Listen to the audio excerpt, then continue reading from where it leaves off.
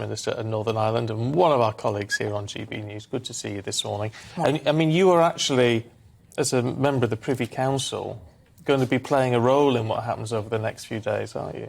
Yes, so the Ascension Council, as it's called, happens tomorrow. We don't know the time precisely yet. We'll find that out later on today. And at that, the new king will come and be officially declared the king. Of course, he became king the moment his mother passed away. But the Privy Council sort of does it all, you know, yes, the official rubber stamp sort of thing. Right. Yes. Do you know what you actually do? No, I don't. So, of course, there hasn't been an Ascension Council for 70 years. The last one was in 1952.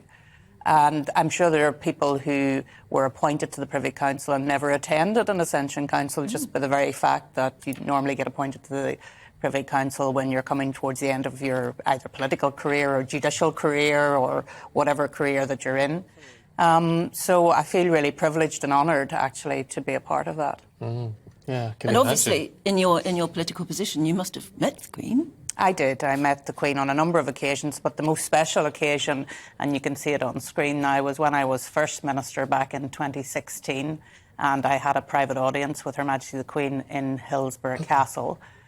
It's a very special moment because it's just the two of us, and she was so lovely at putting me at my ease, of course, because it's a very nerve-wracking event to come up to just be in the presence of Her Majesty the Queen. And, What? I mean, you probably won't tell us exactly what. No, I won't. But what sort of things? Well, at the time, the Euros were on. Do you remember the football competition? And Northern Ireland had made it to the Euros, and this was a huge thing for us, of course, because we're so small. And we'd just been put out by Wales in Paris. So we had a conversation about that. How across the situation in Northern Ireland was she? Oh, very much so.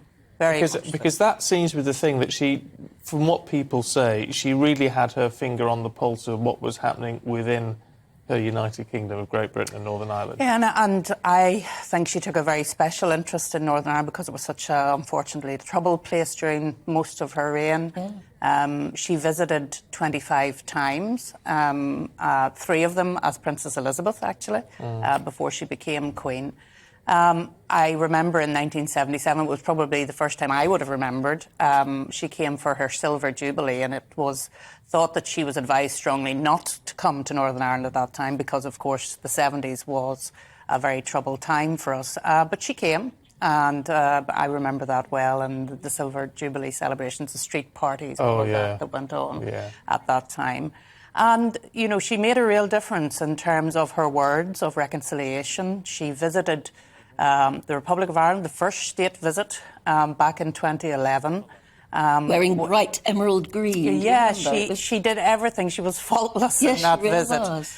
And I think she gave a lead in terms of, yes, a lot of horrible things had happened, but let us come together and move forward. Which she did from a position of losing people she loved. Absolutely. She lost Louis Mountbatten, of course, in 1979 in an awful bombing down in Sligo, a place he loved.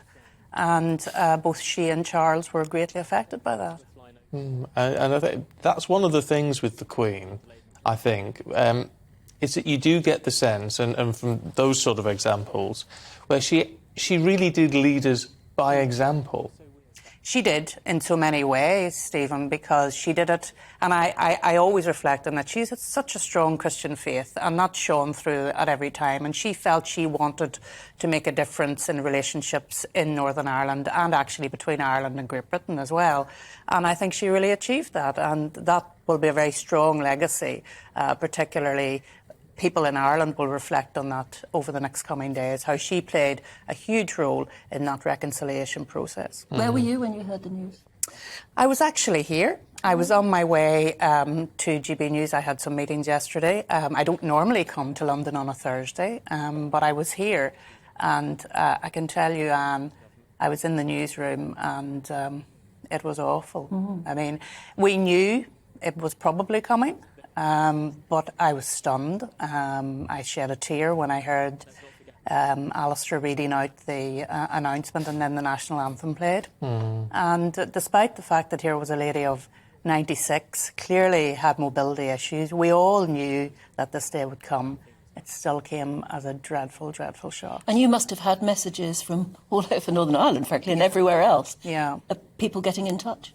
Yeah, people are really shocked. Again, as I say, everybody knew this day would come. But I think she has been such a unifying force right across the United Kingdom.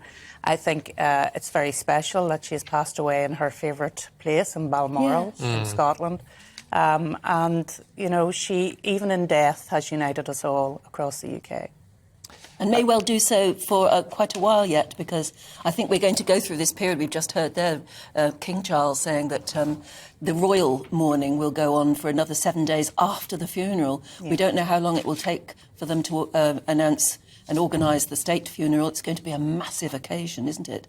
So that's a long period, and I think everybody will just want to share and get together as they're doing outside Buckingham Palace gates right now. So I think right across the United Kingdom, people will go to focal points. In Northern Ireland, people will go to Hillsborough Castle, which is her residence in Northern Ireland, and you see in London people going to Buckingham Palace on our screens, and I'm sure the same in Scotland and Wales. So people will want to be together. They want to reminisce, and I know your views are coming in this morning, and it's really lovely to hear from people, not just in the United Kingdom, but right across the world, as to what Her Majesty the Queen meant to them.